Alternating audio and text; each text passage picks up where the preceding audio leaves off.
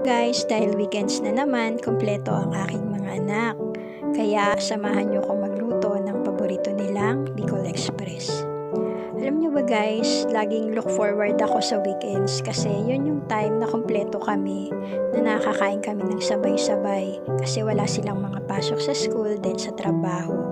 Then yung panganay ko kasing anak, pinipilit niya na talagang kahit papano pag weekends pupunta sila dito para makabanding kami din. Yung apo ko makasama rin namin, 'di ba? Nakakatuwa lang. Tsaka makikita mo talaga yung closeness ng magkakapatid. Alam mo yung tawanan nila pag nagkwekwentuhan sila. Ang saya-saya lang. Kaya syempre ako pag nandirito sila, busy-busyhan ng lola niyo sa pag-aasikaso dito sa bahay, pag-aasikaso sa kanila. Yung Bicol Express na yung gustong-gusto nila yan, guys. Pag nandito talaga sila, at least makapagluto man lang ng isang putahe.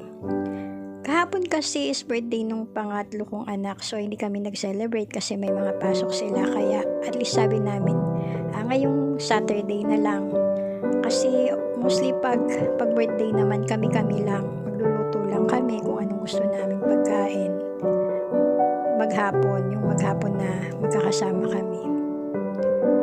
At nakakatuwa lang talaga. Kumbaga yung happiness ko nararamdaman is sobra-sobra. At ayan na, nakatapos na ako guys, kaya nilinis ko na ang aking kusina.